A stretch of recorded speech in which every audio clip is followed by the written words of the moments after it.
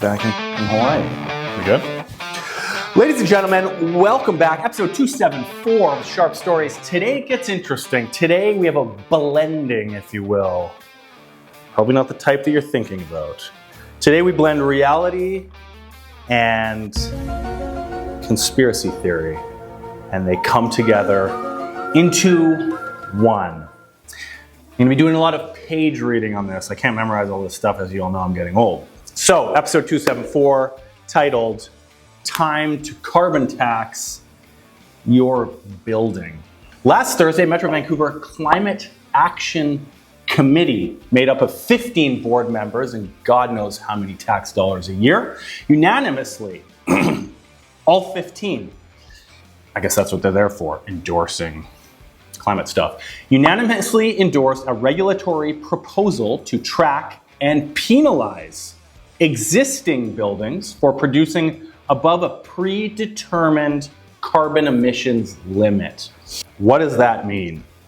Your new mayor, Ken Sims, is carbon taxing your buildings. Big T, Trudeau, is carbon taxed gas, as we know, and that's gone back and forth and is still in the papers and all that controversy around it. But we've taken it down from federal to provincial, bypassed provincial and gone straight to municipal.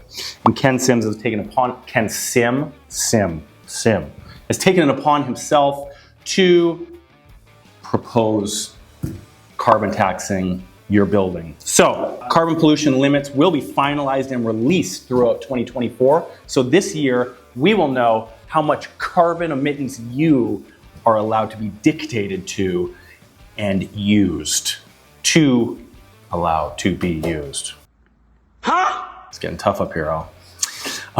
So I did a little research to see if anyone could have seen this coming, other than Ken Sim himself. Maybe he was influenced after the fact, who knows? But I went to his party's platform, ABC Vancouver, to look through his climate action plan. All I could find was an ABC majority will establish a flexible greenhouse gas reduction policy framework, okay, which with a no net new greenhouse gas standard as a condition of approval for new developments. So as new developments come down the pipeline and get built, obviously they're more economically, more environmentally friendly.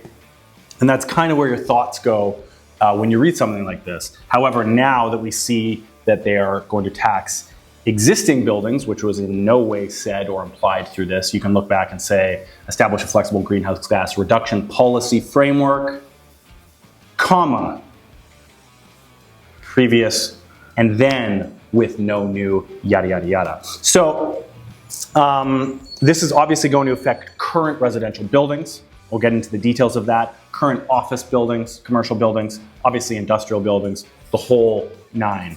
Not single detached homes yet. They've attacked that on a different front over the last year. So they're gonna give us a break from the carbon emission front. Let's get into the details here. So cost recovery and fee. Metro Vancouver establishes regulatory fees as part of its air emissions management program to recover administrative costs and encourage emission reduction based on potential health and environmental impacts of air emissions. So we're going to set up a group, and then we're going to set up fees to pay for the group to tell you, again, what you can and can't do. So building owners will need to, obviously this is going to be mandatory, register their buildings with Metro Vancouver, which would involve a $500 annual registration fee, of course, greenhouse gas emission fee of $350 per ton of CO2 will apply to each ton of greenhouse gas emissions emitted from the building exceeding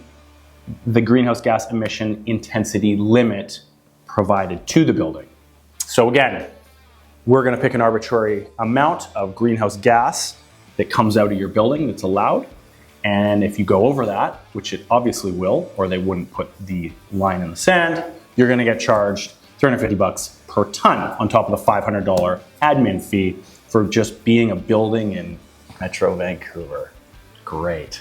Affordability is being addressed by focusing on the larger professionally managed retail and office buildings first, let's not forget, followed by residential buildings.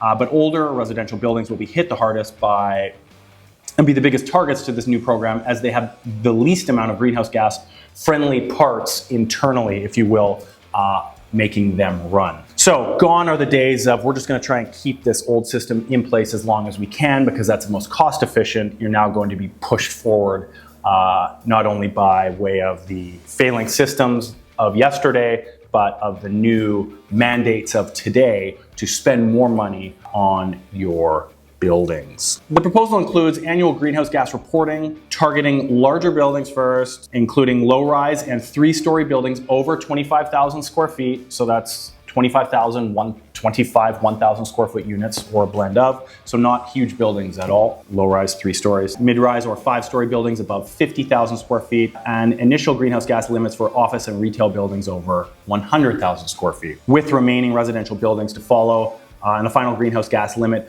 of 0 emissions for all buildings over 25,000 square feet by 2045, drum roll, to prepare for the region, to meet the Climate 2050 target of 0 emission buildings by 2050. So we've got a city target here. We've got current mayor pursuing that. Now, like the things we're dealing with on a federal level, this can all change with the change of the old guard, if you will. The mayor can be gone and a new one come and all this be scrapped, which hopefully, in my opinion, it does. Similar to all the stuff that people are complaining about on the federal level, Trudeau's next federal election is October 2025. So come 2025, there's a chance he may not be there anymore. And a lot of the stuff people are complaining about, of course, are going to be left with him. So this isn't mandatory. This is mandatory now or will be coming up, but this isn't something that is necessarily going to be in place 2045, 2050. But the narratives around many current governments are climate change is a problem and we're going to address it. This is kind of the first step on this small of a micro level, of course, coming to municipalities on actually addressing that and charging you for it. So according to preliminary analysis, a full rapidly scaled implementation of a comprehensive regulation for existing large buildings could reduce the sector's emission by approximately 6% by 2030. So 1% a year. And by 21% by 2050.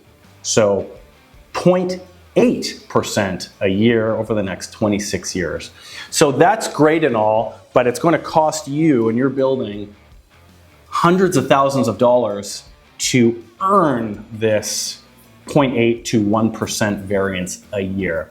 And how bad is it really, you may ask? Well, Canada's greenhouse gas emissions on a world scale is in 11th place. We've got China, US, India, Russia, Japan, Iran, Germany, Saudi Arabia, South Korea, Indonesia, and 11th, Canada.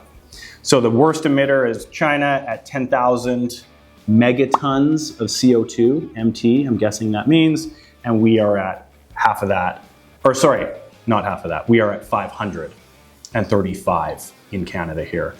And then to their last point, in air pollution, you may ask, we are the 110th worst country for our air pollution on the world stage. So it gets interesting when you see how small we are, and that's fine, and everyone should contribute and do what they can do. We recycle. We bike when we can, we buy electric cars when we can. But when you start mandating this sort of stuff to such dramatic degrees, and people that, just because you own a condo doesn't mean you can afford the assessments coming down the line. And when it comes to this mandate stuff, it's going to be, by the sounds of it and looks of it, mandatory. Not that typical little vote you do to say, it's not worth it right now. This is going to be, you have to do this by this time. So it gets a little scarier. Committees are now ready for the second round of consultations with owners, operators of buildings, community housing providers, industry and tradespeople, among others. And that is the last step before the program rolls out mid-2020. So we are right at the line for this to actually play out. With the program While the program was endorsed unanimously, some committee members expressed concern on how costs may unfairly, here we go, download onto strata tenants, quote, who tend to have lower incomes and are seniors, which I found interesting. There's only poor strata live-inners, and their seniors are poor. So that's the narrative from the city.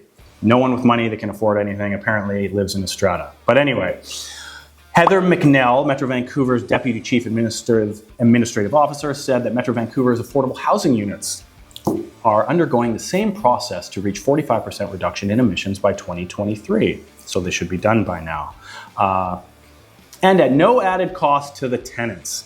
If you're doing a good asset management job, it doesn't have to be downloaded onto our tenants. It's just part of the ongoing business. Well, you can prevent it from going down to the tenants because you're paid by tax dollars. So the tenants don't pay it directly, but collectively the rest of us do because you're using taxpayer dollars to build your little buildings and keep them green and up to date. So that loses all credibility in my opinion. And that's the narrative they're going with. If managed properly, no one on the ground level is going to pay more, which is obviously bullshit. Then they go on to say residents of many smaller multi-unit buildings face stiff barriers when it comes to financing green retrofits. Of course they do, especially when electronic upgrades are required with few incentives. The residents of one building in Vancouver's West End recently faced a $1.2 million bill when they attempted to swap out an old gas furnace and boilers for heat pumps. But according to a preliminary analysis, Metro staff say if the regional body were to quickly enact regulation for existing large buildings, it could reduce the sector's emissions 6% by 2030 and 21% by mid-century. Do you think the people give a about reducing 6 to 20% if they're on the hook for $1.2 million just to do so? It makes zero sense. So this is where ideologies come in and they blend with reality, and then money is expected because this is all just a tax because it's mandated by the government, and then it's all great until you have to pay for it. So I don't think they care about the 6% and 20% reduction from 11th place in emissions and 110th place in air quality. I do not think these people care anymore. But we're getting dictated to, and it's coming down the pipe, as we know. How building owners can meet greenhouse gas emissions intensity limits. I found this was also interesting. They can reduce energy use by replacing windows, upgrading insulation, installing smart controls, switching out gas-fired heaters for hot water systems and electric equivalents. Alternatively, if a building's annual report emissions are above the greenhouse gas emissions intensity limit, the building owners would pay greenhouse gas emissions fee for each time, as we know. So you can do all of these things, which again will cost hundreds of thousands of dollars, or you can simply just pay the fee of the overage in your gas. So rock in a hard place, ridiculous. And this leads me to a video which came out a year ago, which was quoted as, well, there's two ways you can look at this. And we'll play the video in a second. You can look at this as great. This is a great way for us to do our part. Or you can now look at it after seeing, at least in Canada, carbon tax on gas, now carbon tax on buildings, that this will lead us to the tracking of carbon taxes in many other areas of life. We'll play that video here. We're developing, through technology, an ability for consumers to measure their own carbon footprint. What does that mean? That's where are they traveling? How are they traveling? What are they eating? What are they consuming on the platform? So individual carbon footprint tracker. Stay tuned. We don't have it operational yet, but this is something that we're working on. So as you can see, you can look at that as, yes, this is an opportunity for me to do my part. Then when you see governments mandating things, my mind goes to, again, what's traditionally going to be the conspiracy theory side of, well, now that they have all this data, they've now got new data points that they can cumulatively put together and again use as your greenhouse gas emissions limit in the form of travel, in the form of what you eat, and so on and so on and so on. So little baby steps, as we've seen, however you want to call it, your flexibilities, your freedoms, which I know is a very dynamically used and opinionated word these days, but doing what we used to be able to do, people are going to say, well, we ruined the world, so what we used to do has created this mess, of course. But if you just look at the potential other side of the coin for 1 second, it's starting to be very apparent, at least here in Vancouver, that they will collect the data and they will tax you because of it. So what can we do about this other than vote? The current city mayor is obviously okay with it.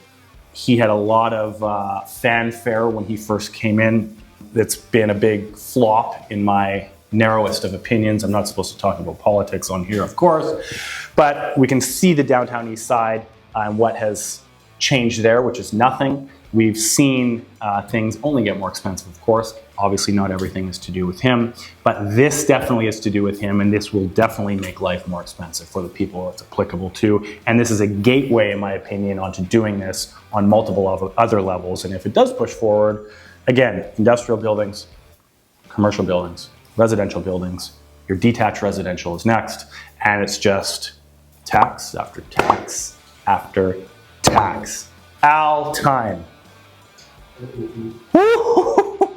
The new benchmark is 20, and we are just firing through. That's it. I'd love to hear your comments on this below and anything contrasting, promoting the other side of this, that it could be and should be done and is a good thing when these conspiracy theories are hitting the wallets of the people, not to mention after the fact of what the economics of our country is looking like today, how expensive everything has become since COVID for a variety of reasons. Is this needed and necessary right now when we are such a speck on the world stage of the problem, if you will? I'll leave it at that. Thank you, and I will see you in 1 week.